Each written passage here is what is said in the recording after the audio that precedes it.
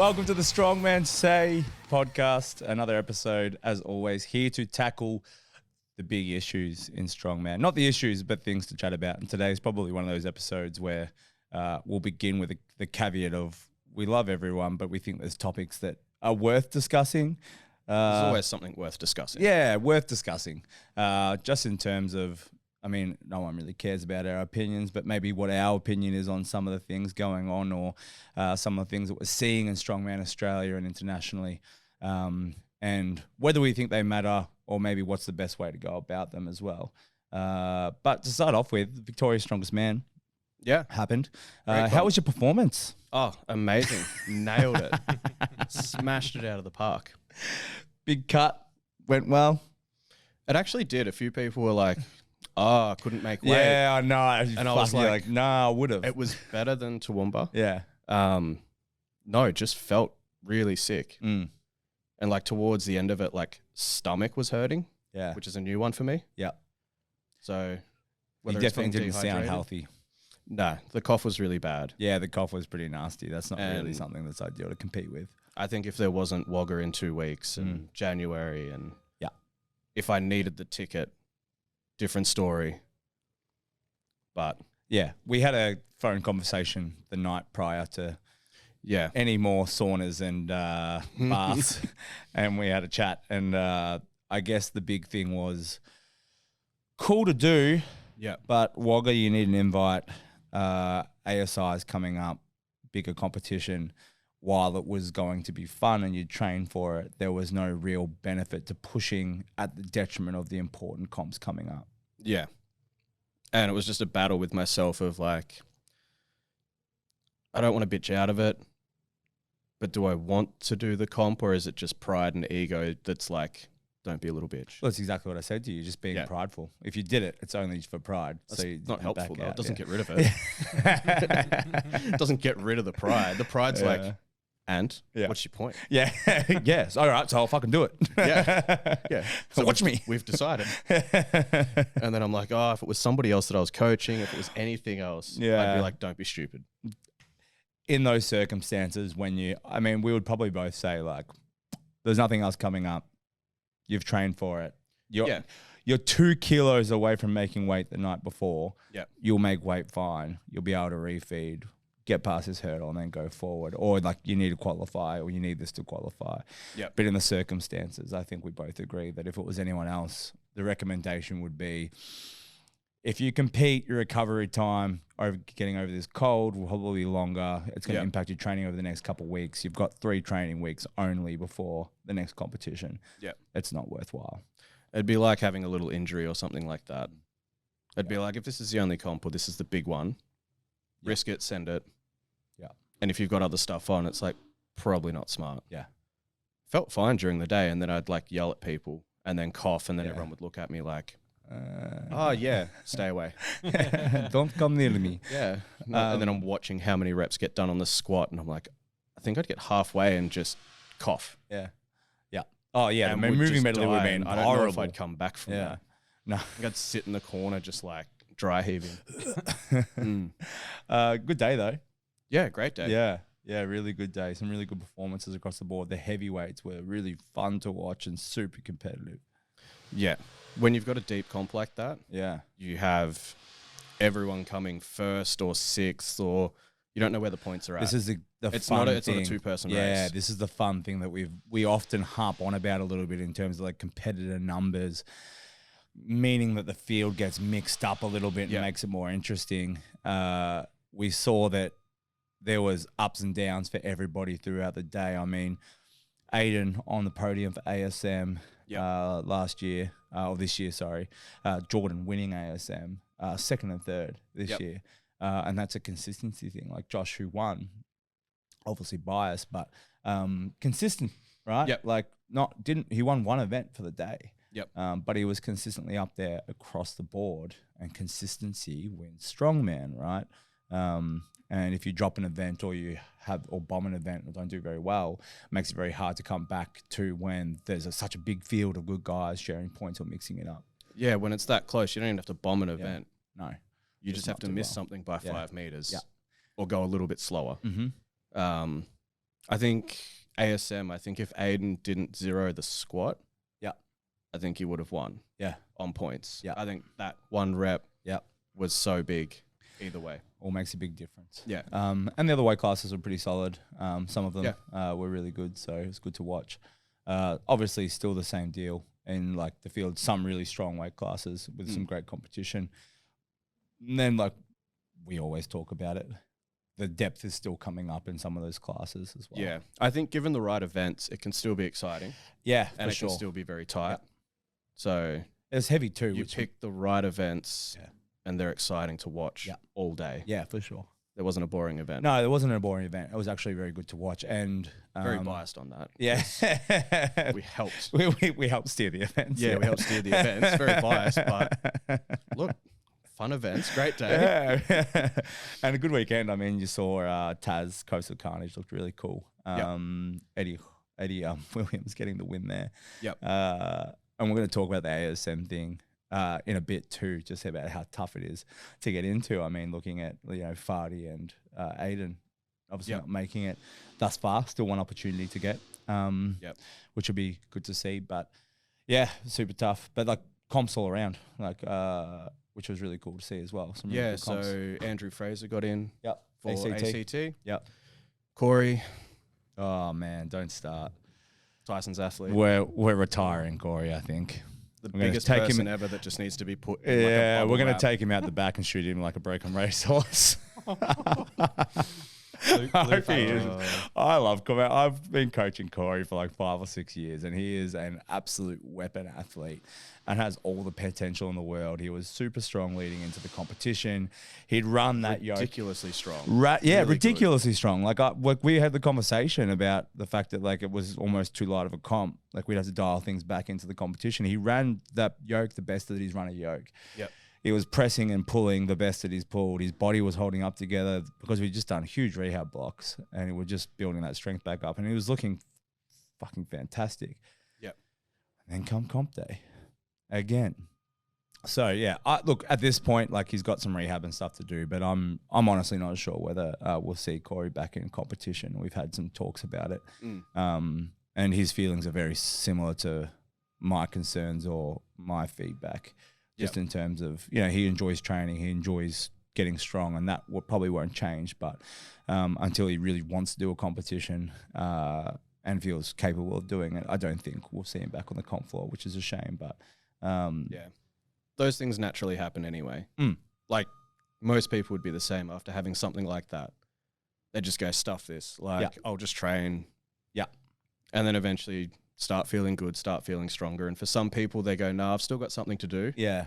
Or I've got something to I prove. would love to I've have got seen him something on that I want. ASM because I always thought that he had the potential, given the right events and the right circumstances. Body to just win doesn't that. want to hold up. Nah, Too strong. too strong, maybe. Yeah. Too strong for Anyway, the old joints. yeah, that's it. That's that. Mm. So, shuddering for Corey as well over the weekend. But I mean, over the week, like the weekend, really cool to see so many awesome performances across the board. Yeah. Whole bunch of people qualify. It's a good weekend. Like the cool thing with the banding, I mean, besides the unfortunate thing that like it makes it hard for people to do more comps because you can't be at all comps at all times. Yep.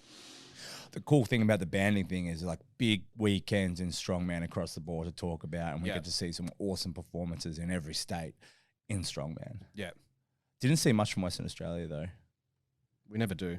Nah. We see more from New Zealand because Yeah. they're actually closer to us. Didn't see much from WA. Yeah. OSG was on the same weekend. Yeah, OSG. So I had that too. going the whole Yeah, time. followed it. Yeah, pretty well most of it. Yeah, followed a lot of the scores and stuff like that. No, I think I watched day one. Yep. I watched the last 2 events, and then once the live was done, I could watch the first 2 events and stuff. Yep. Yeah. Crazy day one. Huge fields of athletes too, like 30 to 40 in every class. Yeah, 400 competitors. And a lot to get going through on in one day. I mean, Lynn did an amazing job holding it all together. Like there's a lot going on. It's in Florida.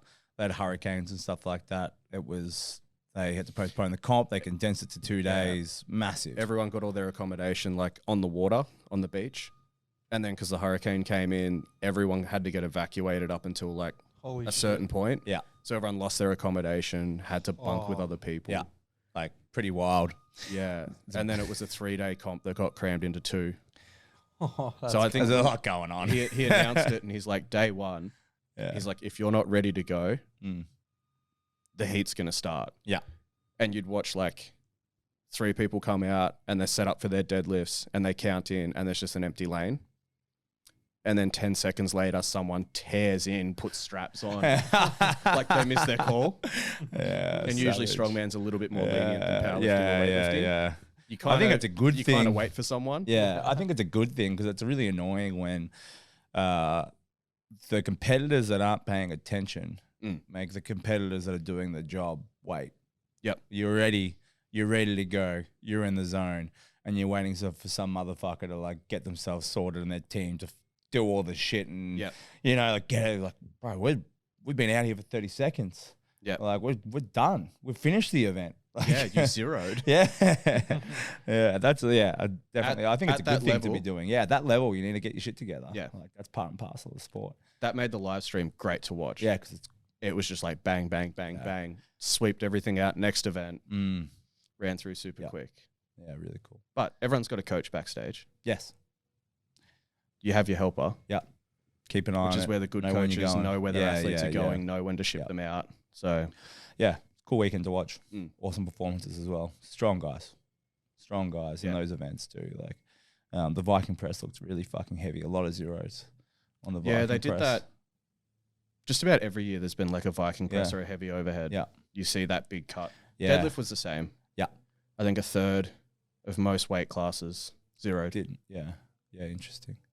Strongman to the people, speaking of like Vicks and the location, and we're speaking before the competition, as before the podcast even, about this in terms of moving Strongman forward. And I had a Q&A question about like how do we make Strongman better, or like how do you think the direction of Strongman in Australia is going? And I think quite good. I think we're ironing out kinks, and I think that like we're seeing some positive progress to find like a structure that suits our country well.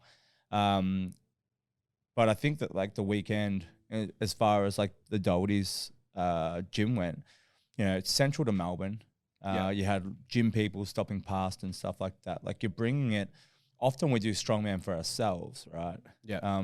You're seeing like big competitions in areas or in situations that, you know, you're only really getting exposure to the friends and family that want to come watch the athletes. Doherty's is a great example of central Melbourne, like Fed Square was for ASM and stuff, and like the shows. Bringing Strongman and putting it in front of people, which I think is probably the biggest step. Like, what do you think is the best way forward in terms of like promoters or the Strongman sport getting better exposure to people? Yeah, you just have to throw it in front of people. Yeah. That's the only... People aren't going to come watch it. You can advertise it, but no one knows what it is. Yeah. So how do you advertise a picture of a strongman comp? The majority of people that trained in Doherty's, when they probably said, yeah, there'll be a strongman comp, would have gone, what's that? Yeah. But probably followed bodybuilding or even powerlifting religiously. Yes. Still wouldn't know. Even within the community, heaps more people turned up to Vicks that weren't competing, that didn't really know anyone competing. Because it's close. Because it was kind of accessible to just pop in for 3 events. Yeah. So I had a few clients pop up. Yeah. They're like, oh, yeah, I just live out here. So I came to watch. Yeah. They wouldn't have driven 3-4 hours to just pop in. Yeah. And I think that hopefully gets better with like expos and stuff. Like I think the big thing that would be great for the sport is seeing expos and the exhibition centers kind of open back up to fitness expos where Strongman can be put in front of a large group of people. Yeah. And while Mason's doing a great job setting up the compound, and it's a great area to host a competition, once again, out of the way, hard to get people who aren't already interested in the sport out to spectate, like friends, families, et cetera, where, you know, the expos is one where people can come to the show and watch you, but also have a whole bunch of other stuff to check out as well. In the city. Because it can be a slow sport too. Do you know what I mean? Yeah. Like there's a lot of weight classes, like big weight class events especially can be slower events. Yep. Lots of weight classes. You like a lot of friends and family coming to see you compete, but you compete for 5 minutes out of an 8-hour day. So I think that's would be a really positive step forward. Yeah, we all say it's an exciting sport and everybody would love it because there's so much going on and it's really cool and it's spectator friendly. It's really fucking boring. It's not that fucking boring. if you didn't know a single person competing, Yeah. and you also didn't really know much about it. Look, it's a step up from powerlifting. Yeah, but they're the same. Weightlifting's the same. Yeah. If you don't know anybody Yeah, it's not that exciting. and you don't quite understand everything, it's very hard The to head-to-head follow. thing makes that much more interesting though as well. Well, we spoke about it the other week about like when I didn't know I still don't know half the rules of AFL. Yeah. When I didn't know anything about it, Yeah. to sit and watch that game without commentators talking me through it, Yeah. no idea what's going on. Sam Laserva-Vix did a really good job emceeing. Did a great job. An amazing job. Shockingly. I said Like, to him, props "You're to a better Sam, you're a but- better MC than you were Strongman, bro." Yeah, I tuned in. That dude was good. He was really Yeah. good. Yeah, he did a great job. Yeah. No, Yeah. but what he did great was not just like, oh, this is so-and-so, they're really strong, one more rep, go on, like cheer them on. Last event, it was like, all right, this person is out. They're 1 point behind. They need to do this Yes. to take out the win or take out the title. And depending on who did it, it was real time of like somebody finished and they're like, all right, they've done enough. Yeah. That is Victoria's strongest man. Yeah. So Like, there was a celebration at There the was a end celebration of someone there, finishing yeah. the event and him basically being like, this person won. Yeah. Or this person lost it or so-and-so won. So like you were watching those last couple of events, you knew what someone had to do to get ahead of somebody Yes. else. And he was really good with the names. and just hyping and just knowing the athletes. He was Yeah. giving background on the athletes. He knew all the athletes very well. yeah, it made was it easy to follow Really, really good. as a sport. If someone had no idea, they would know that that person has to do all four of those things or they lose. I thought you did a great job. Yeah. Yeah, really good job. And it makes it much more interesting. Which is a big thing. Like, yeah, you try and watch a football game and just turn the volume off You get no idea. Yeah. and try to figure out what's happening. Like those commentators hold. I honestly think the sports best way together. to watch a football game is turn the volume and the TV off. But the volume. Blasphemy. That's getting edited out. just go to the bar. Just he silences it when we swear. Just like silences that whole section. Just like up. Dub it in with that fake like Siri voice. Yeah, of, like, yeah. AFL is great. AFL is great. I love AFL. The best way to watch that is turn the TV on and have it blaring. When I was overseas, one cool thing, and I mean, this is also going into the excitement of Clash is doing this really well. And this is such a hard line to toe because you've got all these weight classes, only so many opportunities to compete, only so much time on the calendar. But Clash separating all the weight classes to smaller shows, which is exciting and quick and fast paced. But like when I was overseas in like Czech Republic and Ukraine, like we had billboards, man. Like we could go stand next to billboards with like the competitors and stuff on it and like a big thing saying like, this is when you come down. Was competing at breweries and like competing in like city center squares on beaches and stuff like that, which is kind of like our waterfront where like there's a whole bunch of people down there and rides and restaurants and stuff. And the crowds were enormous because there was already a crowd and there's nothing else going down there besides the food and the normal stuff. So everyone's just stopping and watching. Yeah, there's just entertainment. It's like watching it's a like you band come down or- on a Friday night and it's like, well, there's a comp on. And like we had the same thing down the waterfront when they had timber sports down there. Yeah, that's Like, why meat stock works Heaps well. of people that I knew were going down to the waterfront to watch the timber sports because it was just something on. No idea what's going on. Nah, chopping wood. Yeah. Chopping wood, but I'll go watch someone go chop wood because I'm not doing anything else on my Sunday, am I? And you have a good enough understanding to go, he chops wood better than that person. He's getting through that. He's getting through that wood pretty quick. Oh, he's a pretty good wood cutter. Yeah, that's why meat stock works well. Yeah, Barbecue meats, Yeah. whole bunch of beers, and then there's Strongman. yeah, it does work. So everyone really just sits well. down and drinks Yeah. and watches people live. Like, oh, he's lifting Like- that log pretty well. Compared to just like the show, like the Melbourne show, Yeah, yeah. the meat stock crowd, It's very synergistic. so much more Yeah, lively. yeah. Yeah. It's very So I mean, loud. there's probably more beer at meat stock too. Yeah, It probably great. helps. Yeah. Great.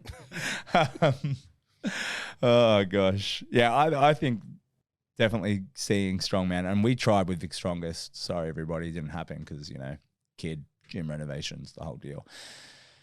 But and this is the other thing in Australia. I don't know what it's like in other states, but council can be a real fuck to get around. Yeah. Like it's quite hard to organize a comp with the logistics of the parameters and red tape that council put on you to put it in a very public space. Yep. Because they got to cover their asses. OSG, a lot of athletes going over there. We've touched on this before, and this is kind of why I had that intro. Yep. Because I just think it's a topic worth discussing or kind of like airing out, because it's something that it gets like a lot of mixed messages or like a lot of very heated arguments on like the Facebook forums and stuff when someone posts something about this, which is Australian athletes representing Australia or home countries. Yep. Where are you at with this? Because I'm kind of on the fence, right? Yeah. I don't know whether I have like a strong opinion on it. I would love to see athletes who go overseas and have the Australian flag on those to build Australian strongman. Like Strongman Australia is here, Yep. and we want to stamp our mark Yep. that we produce athletes. Yep. Right. And I think that's really important. But then historically, we've got athletes who win an ASM who represent like Fiji. You know, like Derek Boyer, for example, always represented Fiji and stuff like that, and probably never an issue. Well, I think Jordan is the first Australia's strongest man that was like born here. Yeah. Since Bill Lyndon, Yeah. I think. Yeah. Tried to work it out. Mm. Tried to see if Luke could work it out, like Yeah. Luke Reynolds as well. Because I don't know if H-bomb was Yes, Africa. or not. Yeah, I'm not Yeah. sure. So if that goes back to Bill, that goes back to like the 90s. Yeah. Just Because it was Warwick Brand, it was Yeah. Eddie, it was Rongo. 100%. Um, Who'd Warwick Brent? He represented Australia, didn't he? Yeah. At World He's South Strongest Man? African. Yeah. Yeah, South African, but Yeah. represented Australia, right? Yeah. I think Yeah. Eben did the same Yeah. at Worlds. Yeah. Eddie's doing the same. Rongo did for Magnus. Yeah. So, Yeah. I mean, I win Australia's Strongest Man under 105. Yep. Right. It's easy for me. Identify as Australian. so I can't really say anything, Yeah. right? I don't feel like I'm in a position to say anything. But of course, like I feel like if I win Australia's Strongest Man Yep. in my weight class, whatever, that I would go over and represent Australia, right? Yep. Because I didn't win New Zealand's Strongest Man. I don't go over there and win New Zealand's Strongest Man. Yep. Or I don't go over and win South Africa's Strongest Man and then go to World's Strongest Man. And if I went over and won South Africa's Strongest Man, do I then come back and win Australia's Strongest Man? and do both. Do you get to do both? Do you have a dual citizenship? And does that allow you to do both? Like, Yeah. do you know what I mean? Like, it's a complex question, right? I don't think there's an Very easy complicated. right answer. No, well, that's why, like I said, NRL and state of origin and stuff, that's been an ongoing argument for ages on players coming up through Australian ranks, playing state of origin, which was originally meant to be the decider for the Australian side. Mhm. It's probably not now. They probably just pick who they want. Yeah. But originally that was the point of state of origin. Yes. And they get paid good money for state of origin. Yes. So because of that, then people would do it and they'd get picked for Australia. And then they go, oh, no, I'm going to represent Samoa. Mm-hmm. Because like 50% of NRL's Yeah. Islanders, Mm-hmm. like Polynesian of Yeah. somewhere. And then they were trying to work out, okay, well, if they're going to do that and represent their country, then they can't do state of origin. Yeah. Everyone's like, but they started playing footy here when they were 10. Yes. So they're still trying to figure out Yeah, it's hard. where And that like, is. I think you can get it, right? Like if you started in, let's use that as an example, but you have the opportunity to represent your heritage. Yep. Especially in something like rugby where like to play for All Blacks, something like that would be the thing. Yep. All right. You can see why the appeal would be like, oh no, I want to represent my home. Yeah, a lot of those people, like a lot of those countries are very, very proud. And their family, their relatives, everybody would be like, no, like you should represent us and do good for everybody else. Yeah. So I get that. But I think the only place that I stand on it, because I'm kind of on the fence, is you just can't pick and choose and go back and forth. Yeah. That's my sort of choice. You can't take one when it's convenient, but take one when it's not convenient. I think. Yeah. I mean, this goes back to that Mitch Hooper thing as well. Yeah. Like the record thing. Who can break records? Are you allowed to have records? There's if a lot of you're sports. a permanent resident or a citizen, or whether you live here and train here and then go and represent another country. Like, there's a lot of sports. I don't know if it's the Olympic Committee, but like if you change countries and stuff, there's like a 2-year gap if you want to swap. Yeah. So if you represent one country and then you want to represent another, you've got to not represent anybody for 2 years to make that official, because you can't just pick and choose. Yeah, I think it's a really tough one. Yeah, I don't mind if people don't represent Australia, Yeah. because it's not like you won Australia's Strongest Man and that gave you the ticket to go to that's the other thing, right? There's It no doesn't work there's no that way. pathway. Yeah. So it's not like you're stealing and someone's you don't spot. get a choice. As if you would say no to Australia's World's Strongest Man if they were like, hey, we need different countries in there. Yeah. We want you to represent Fiji because that's what your heritage is. We want you to put your face paint on and stuff like that because it's a TV show. And Gabe represented Mexico. Yeah. At Worlds. Yeah. Because I think one side of his family is Mexican. But he lives in Texas and he's represented America for the most part. Yeah. Yeah. So, I mean, as if you would say no to an opportunity like that. So I get that for sure. I just think it's like, I would love to see, if I'm looking at the results and the score sheets and stuff, like our flag and being like, and it's not like a patriotic thing. It's like it's a Strongman Australia thing. It's like we're working hard, promoters, athletes, like our business, everything to push Strongman in Australia to be recognized as like a force to be reckoned with. Yeah. And I just would love to see either more Australian athletes go over, or like we have an understanding of, you know, I'd love to see the whole sport just look at somebody and go, oh, they're from Australia. Shit. Yeah, that's They what got I'm some getting strong at. people Yeah, over like there. Australia fucking breeding strongmen. Yeah. Right? Like And those I guys know are that strong. If you get to know the athletes, even if they represent somewhere else, Yeah. you'll learn that Of they course. are from Australia. And this and Yeah. that. But just general wide public to see a name and to see a country and go, damn, they're actually good. Yeah. Like I want to see that. They're 'Cause not that's just a gonna little island. we want people to Of come prisoners. and compete here. Yeah. We want internationals to come here. Yes. We need to look like we have people worth competing with. Yeah, that's the other Which one. is, so I think us making our mark is very important. I don't mind if people pick a different country or their home country, but I don't think you can pick and choose. Yes. I think if you want to pick that, you kind of got to stick with it. And then if there's something that is just for Australians or records, anything else, it's like, well, you've stepped away from that. Are you going for Fijian records or New Zealand records or American records or Canadian records while you're here? Or are you going for Australian records and are you an Australian athlete? Yeah. I think you've just got to pick one or the other, or there has to be a certain amount of time between flipping. Yes. But yeah, would love to see Australia actually be represented. Yeah. Agreed. Tough. So Yeah. That's why I'm on the fence. The only thing preempting it because I was like, this is a fucking can of worms that we're happy to be the people that open it because love us or hate us. The only thing I'm not on the fence about is claiming people that don't want to be claimed. Oh, we can't do that. No, you know how people are like, oh yeah, they're so-and-so, but they're representing England, but you know, we'll claim them because they live here. If they wanted you to claim them, they'd have your flag. They'd have your flag. Yeah. They don't want to be claimed. Yeah, 100%. They want to represent 100%. another community. Yeah. Which is great. Yeah. Stop trying to claim people. Yeah, they're English. Get better. Yeah, they're English, and let's just breed people that want to represent the country, I guess. Don't just cling on and go, oh no, he's one of us. But maybe we were just genetically inferior and can't represent our own country. Oh, we 100% are. We all got shipped over as convicts that were malnourished. Yeah, we've got generations of malnourished working camps down on Port Arthur to contend with. When I first saw, like Mitch did Iron Revs comp, and then he came here and like hung out for a bit that morning, and his wife trained. Met him and Vernon like for the first time. Yeah, when he popped up in the Iron Rev thing, I was just like, where did this guy come from? Boom. Like Hi, I'm here and I'm going to be world's strongest man. He's huge. And I'm just like, he is just going to dominate the Australian scene. This guy is massive. Like his head, he's just a big human.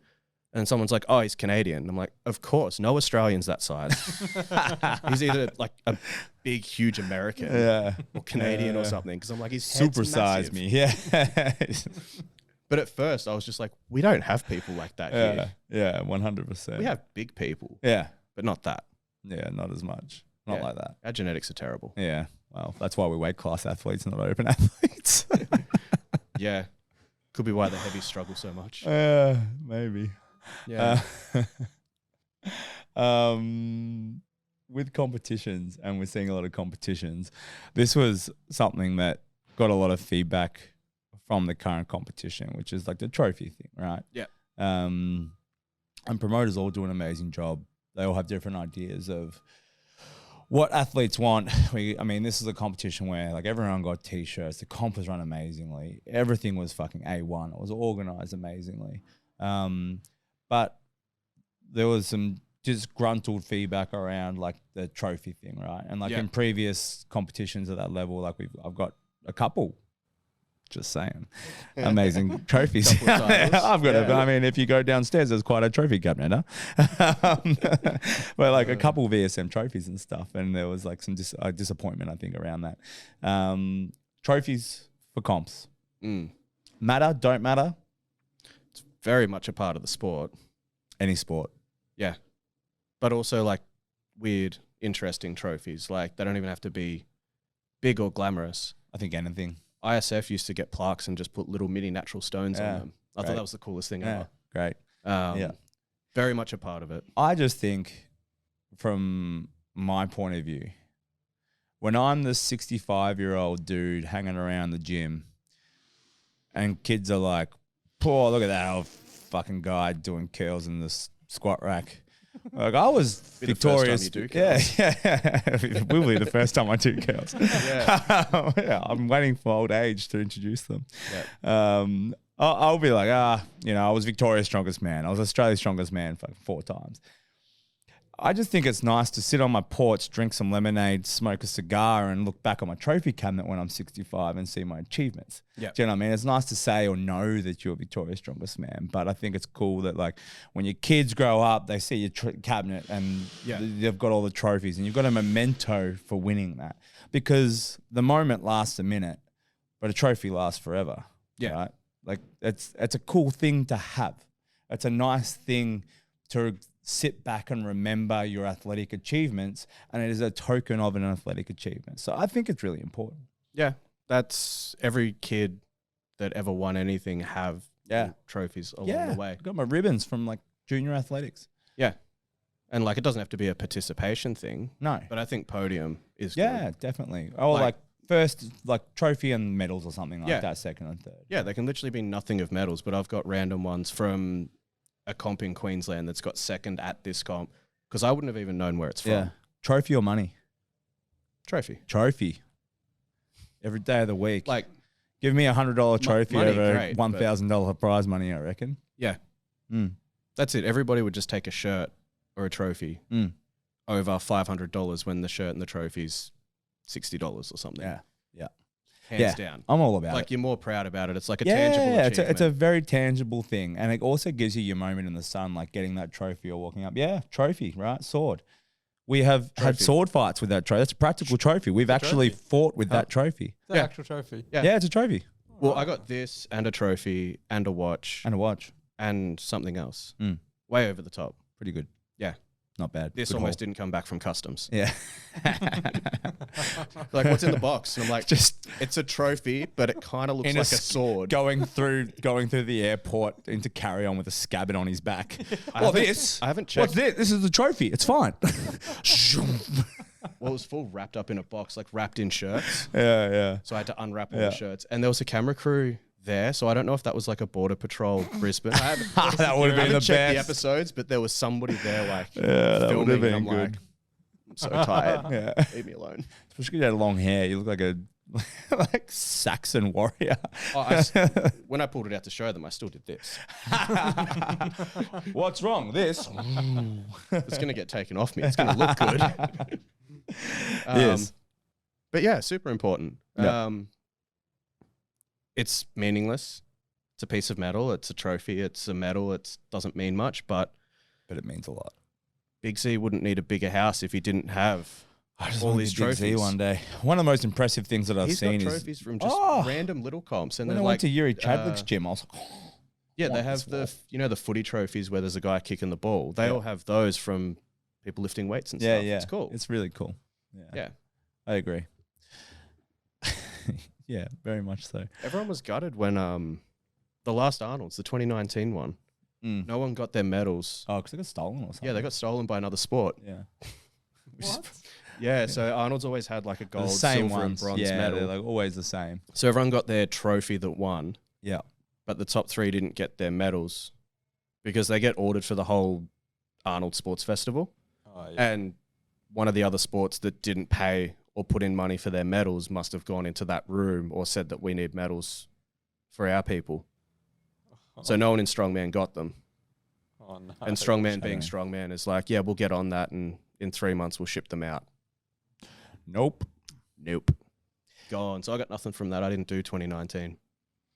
Did I do 2019? Yeah, you'd have a trophy. That was the last one to happen. Oh, yeah, I did. Yeah. Yeah. So yeah, there's little things like that Yeah. that over the years is like, I just don't have anything or remember. Yeah. I look at some of those course. medals and I'm like, oh, I did that comp. I mean, when I'm looking at my comp history, Yeah. like I'm trying to think about how many comps and stuff I've done. Oh, I was you doing just it, go look I at was your doing it medals. the other day. I just go. I just go look at my trophies. I just count my trophies. If there's not a trophy for it, I didn't do it the didn't comp. happen. Yeah, if I didn't win, it doesn't matter anyway. I haven't done many comps then. Oh shit. What's next for you, sir? What are you gonna do? Wagga, Yep. round 3. Yep. ASI, doing it? Not doing it. Hear it here first, people. Hear it here first. I don't know. Putting him on the spot. I want to, but at the same time, I don't want to. Yeah. And there's no real valid reason for either. Yeah. It's just an effort, and it'll be a huge weekend. Yeah. It'll be a great comp to be at. Yeah, I It's think so. live Great, streamed. yeah. There is prize money. Cool thing to be part of. There is prize money. There's probably a trophy. Maybe. Maybe. There will be after this episode. Oh shit! Or there won't be. I'm gonna get Or a there message won't be. straight from Mason being like, "Bro, message me first before you flame me on your podcast." I'm like, I love you. We're friends. Yeah, are you actually friends with one of the 5 people that listen? Yeah. Oh, you listen to it. All right. No. Yeah, like I really want to do it because I know it's going to be big. Yeah.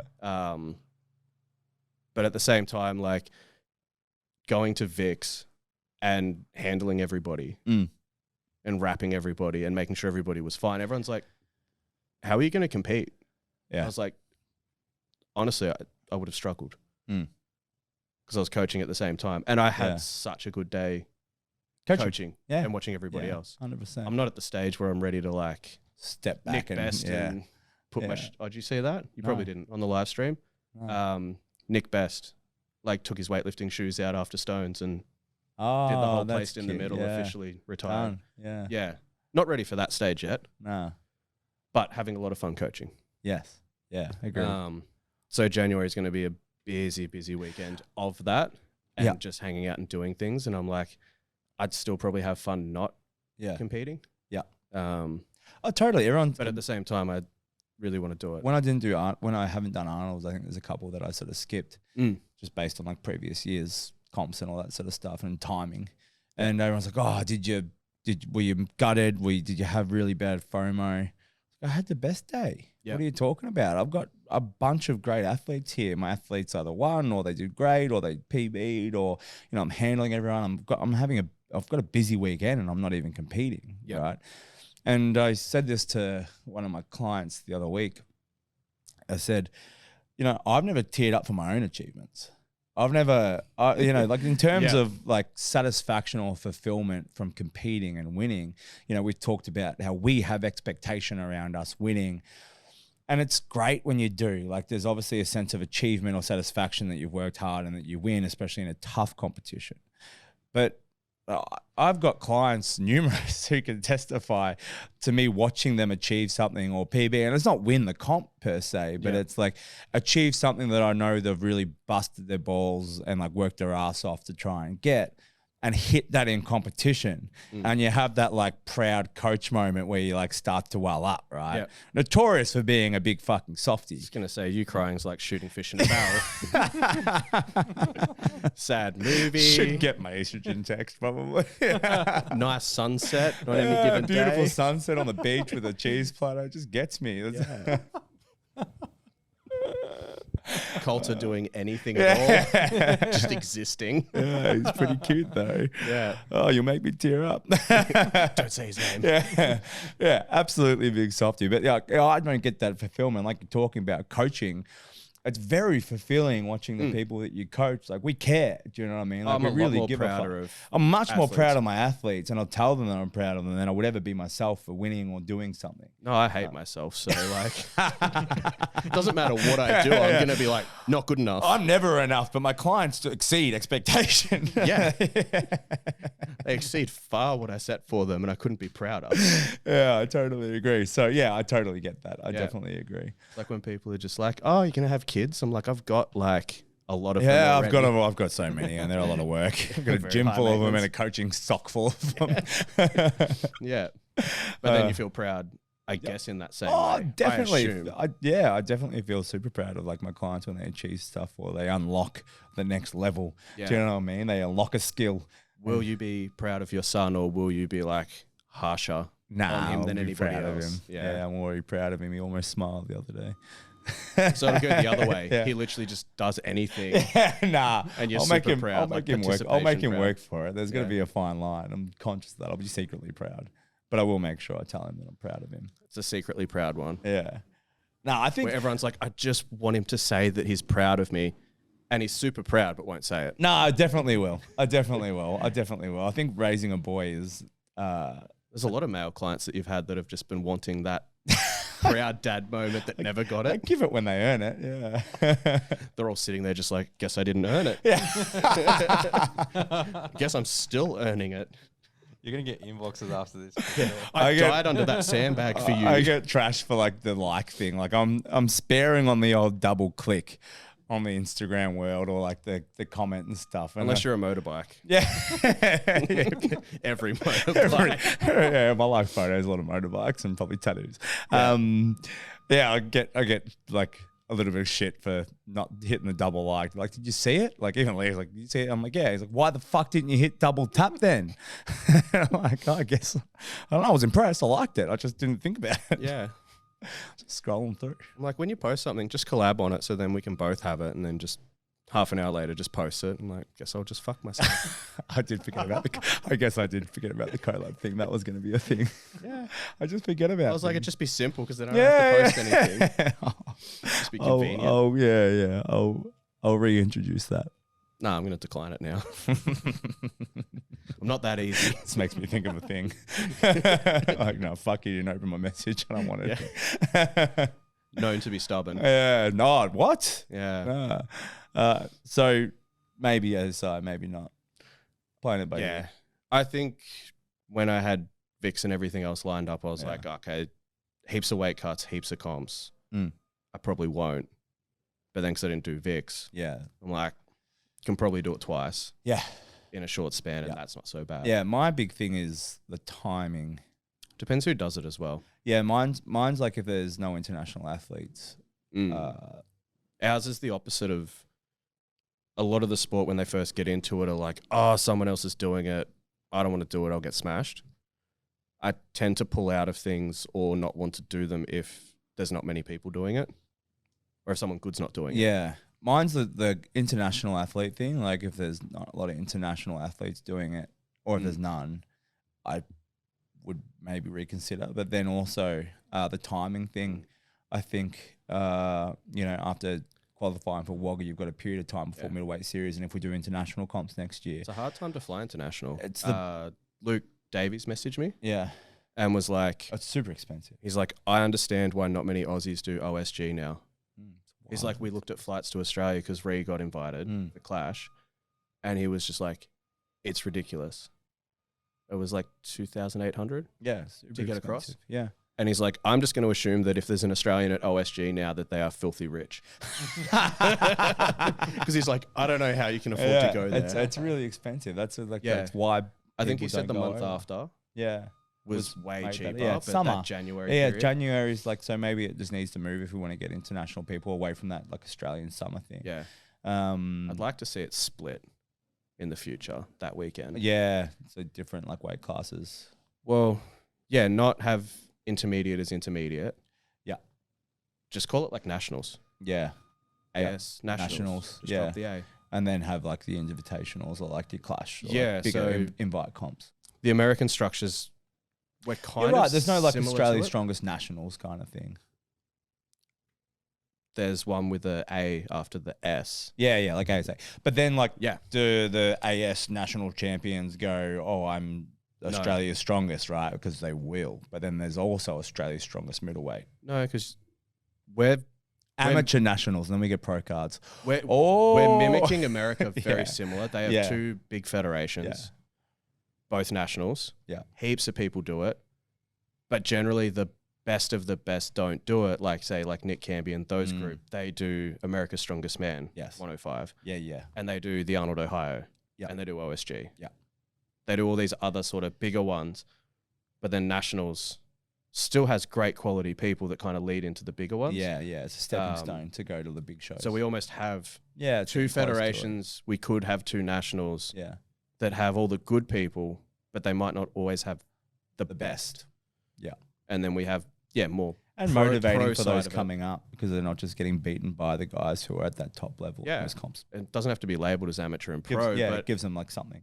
it steps us up from advanced and intermediate because no one wants to be called an intermediate. Yeah, I know. And I mean, the weights aren't really We intermediate. never had anyway. intermediate comps, you know. It was just competitions. But I think like a lot of I think the cohort, like a Leigh would understand where they are. So I think if we had the depth, then that could split. Yeah.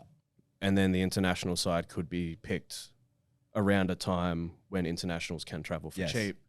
And January could stay as a big nationals. Yeah. To tie off like the back end of a season.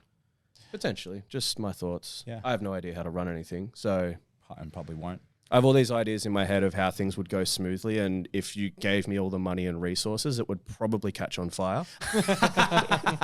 But in my head, I'm like, nah, this is the way. I know what I'm doing. We'll bring this back to know. the two grumpy strongmen, like the grumpy old men on the couch, saying like, "Oh, we think it should be this way," but if we were doing it, fuck. It's the couples that are at home that are like, why are you doing it that way? Yeah. You're doing it wrong. I think it's all. No, I think overall, I everyone's love doing where it right. Yeah, I think everyone's doing it right. I think it's a great thing. I think, ASM getting harder and harder to get into shows the depth. But I think having talked and having some insight into the progress or the direction of like how things will qualify next year, I think it's a much better system that will see athletes get a better chance of getting in there and more athletes get a chance. Yeah. So I'm excited for the next year's like qualifying stuff and how they're going to lay it out because I think it's a better plan. Yeah. I like the structures of everything. I just tend to piggyback things. Mm. I don't want to change anything. Yeah. I just see something and I'm like, oh, something could do in with a my tweak. head, Yeah. I'm like, instead of 3 massive weekends, could we split it over 4? Yeah. And instead of having 4 comps over 3 weekends, could you have 4 weekends and 2 or 3 comps? Yeah. Yeah. And it gives 1 extra weekend of opportunity. Yeah, to travel and stuff if you want to. Which might thin it out and it'd be less competitive at each comp. But apparently all the people that put their hand up that wanted to compete still aren't quite ready. Yes. Because at the start of the year, like all of us just thought Strongman is back. Yeah. And it's going to be pumping. It's going to be 2017, 2018 all over again. And it has been to some extent with Better. competitions. Yeah. But I think we thought that it was just going to blow back up. Mm. And then all these comps have had a few people here, a few people there. And we're like, where are the 82 women?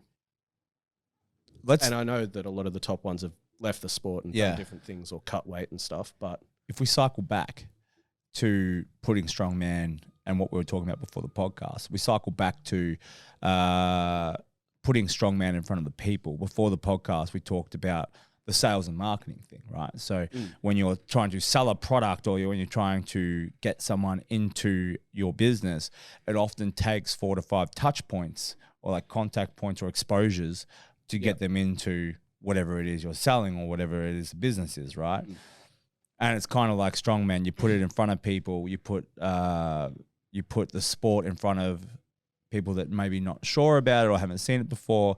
It piques the interest, and then they'll see it again. Then maybe their social media will see it, and then we start to build it. So I think it takes a little bit of time now that it's back and we're doing all these competitions. It takes a little bit of time to get people in before it starts to blow up again. It took me probably 3 to 6 months of, like, me and Smitty were doing CrossFit down at Frankston, and he's like, oh, there's this cool place called like Strong Melbourne in Oakley. Yeah.